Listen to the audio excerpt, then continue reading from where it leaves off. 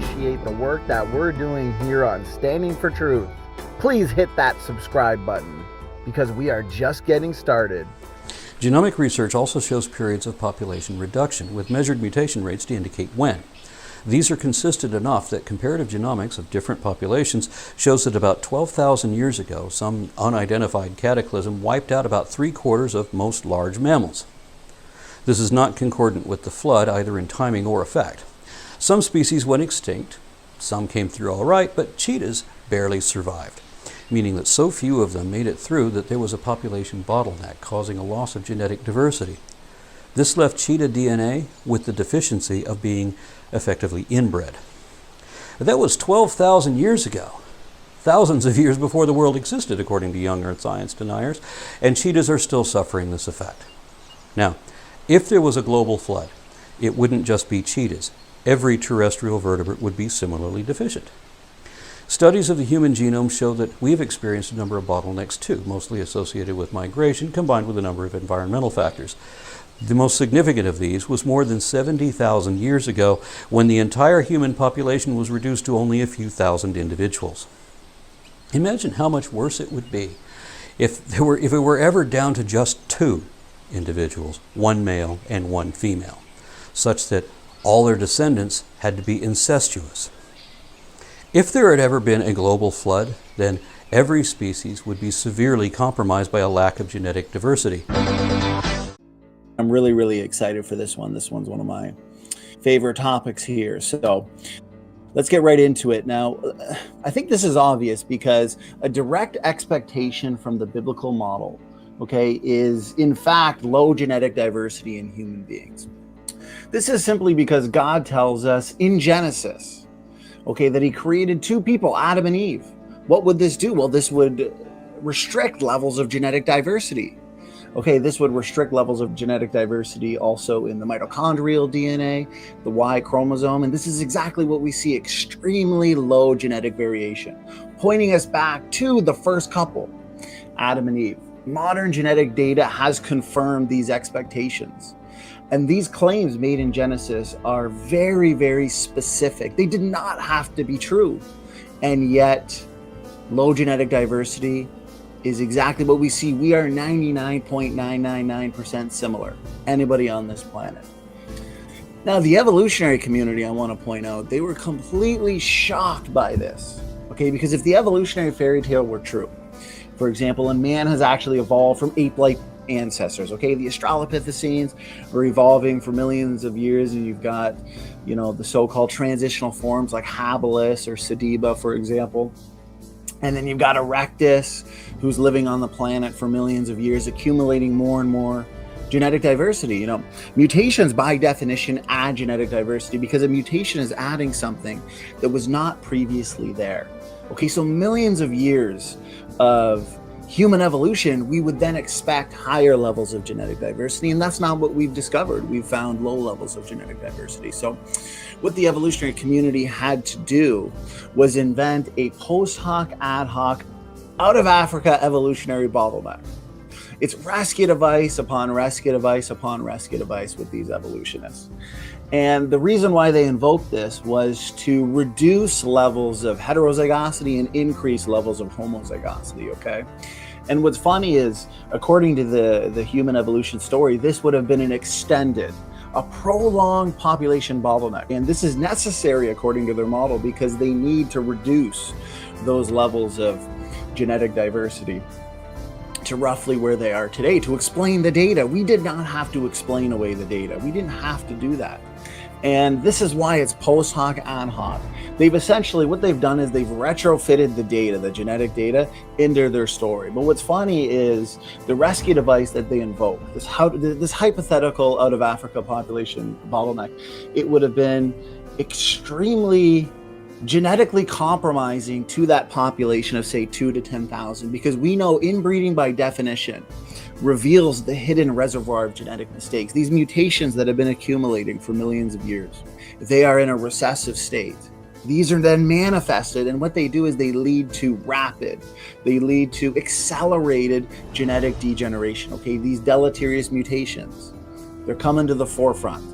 This population of 2 to 10,000 would have been so genetically compromised that there is no feasible way to then have this population suddenly explode into all parts of the world, seizing dominion over the planet. This population would have been at near extinction. And we have an example of this today with cheetahs, for example. They're down to about 7,000. They're highly degenerated. They're genetically compromised. Conservationists are worried about their possible extinction. Their sperm is degenerate. We're not going to suddenly expect this population of 7,000 cheetahs to explode into all parts of the world and just suddenly seize dominion over the planet. And I know that's a little bit tongue-in-cheek, okay? But that is what these evolutionists are proposing with their highly genetically compromised population of 2 to 10,000, okay? So here's the point to take away from this. Biblical creationists, we expected, based on the starting point of 2, Adam and Eve. Okay, this would restrict levels of genetic diversity. This turns out to be the case. Human beings are all 99.9% similar. The low genetic diversity, that confirms what? Well, it confirms that we have all originated from just 2 people, Adam and Eve, just thousands of years ago. And as we know, as we covered in that moment, the low genetic diversity was exactly what biblical creationists expected to find. The evolutionary community, because of the evidence, had no choice but to resort to a hypothetical out of Africa population bottleneck in order to explain away the low genetic diversity found in human beings. This is essentially storytelling. This is a rescue device. And it's an invention that was invoked simply to explain away the genetic related data. The genetic related data that doesn't support ape to man evolution, nor does it support universal common ancestry in general. So, as we know, according to their post hoc ad hoc story, it would have been highly damaging since it consisted of not just a 1 generation bottleneck followed by rapid and exponential population growth like us, like our model, okay? It consisted of an extended bottleneck, a prolonged bottleneck in order to reduce levels of genetic diversity that they did not predict, by the way. This is why it is exactly a post hoc ad hoc rescue device.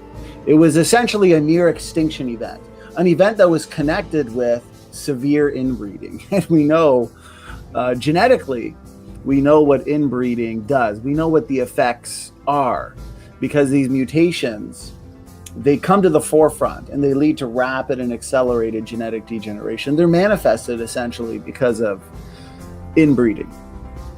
This is not a good thing, and this is why this fairy tale that the evolutionary community invokes is not even somewhat, okay, not even somewhat reasonable. And this is why those who hold to evolutionary theory and ape to man evolution, this is why they have an unsolvable problem. And this is the issue. This is the issue with explaining all DNA differences, all DNA diversity as a result of what? As a result of mutations, as a result of genetic mistakes over time, essentially. We start with the assumption that God would have front-loaded Adam and Eve, which applies universally across the biblical kinds. God would have front-loaded them with created nuclear heterozygosity, because when God said to be fruitful and multiply, did God mean for this to be carried out through cloning? Of course not. Of course not. God did not say to be fruitful and clone yourselves. He said be fruitful and multiply. So this is why the starting point of design diversity makes sense both theologically and scientifically. Now, here's what I find funny, guys.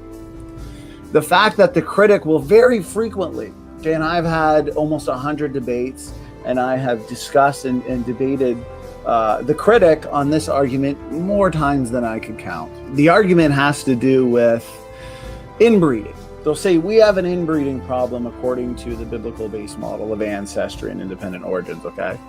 Here's the thing though. As I said, it's based on a straw man, it's based on a misrepresentation. There's no problem at all. Let me briefly explain why we don't have a problem with inbreeding like the evolutionists do.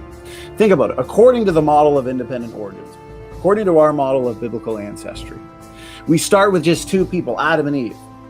Adam and Eve were specially created by God. just roughly 6,000 years ago.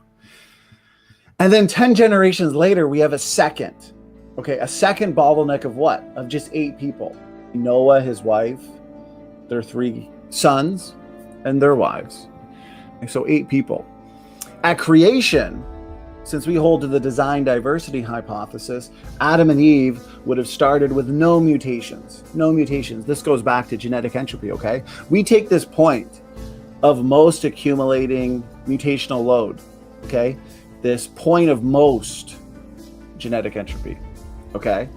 Take that back to a point in time of least accumulating mutations, okay? A point of least genetic entropy, that would be point of creation. That would be this point of Adam and Eve with no mutations. So 10 generations later, we now have this second, another benign bottleneck.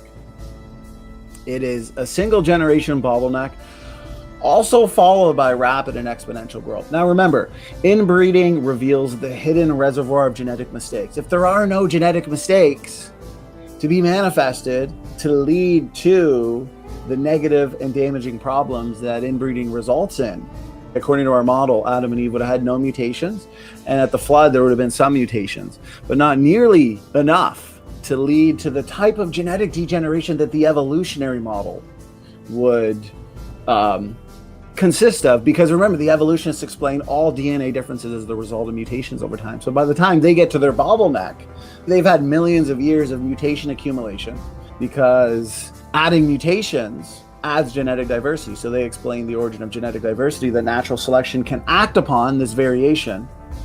They explain this as the result of mutations. So now they've got a ton of mutations that are just waiting to be manifested, just waiting to be revealed in order to lead to rapid, essentially, genetic degeneration.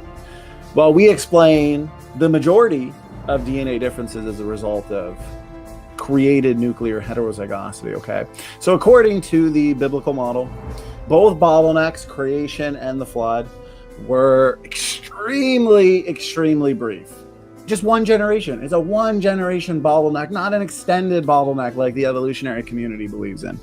And most importantly, it was followed up by explosive growth, rapid and exponential population growth. This means that most of the original created heterozygosity would not have been lost. They would have retained most of it, okay? Based on the fact that these bottlenecks were brief and followed up by rapid and exponential population growth. So the whole point is, guys, in both bottlenecks, you'd have almost no accumulated mutations, okay? So no negative, essentially, inbreeding effects genetically.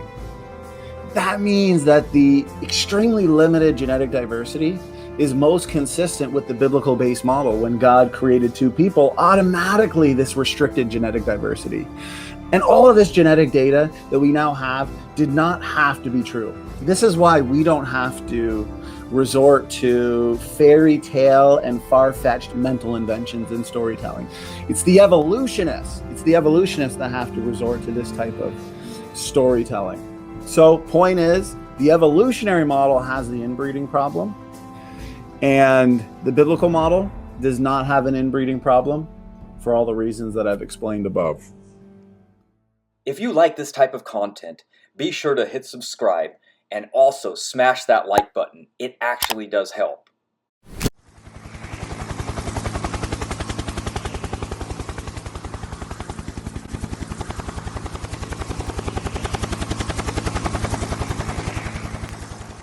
And I hope you all enjoyed this video. Goodbye, everybody.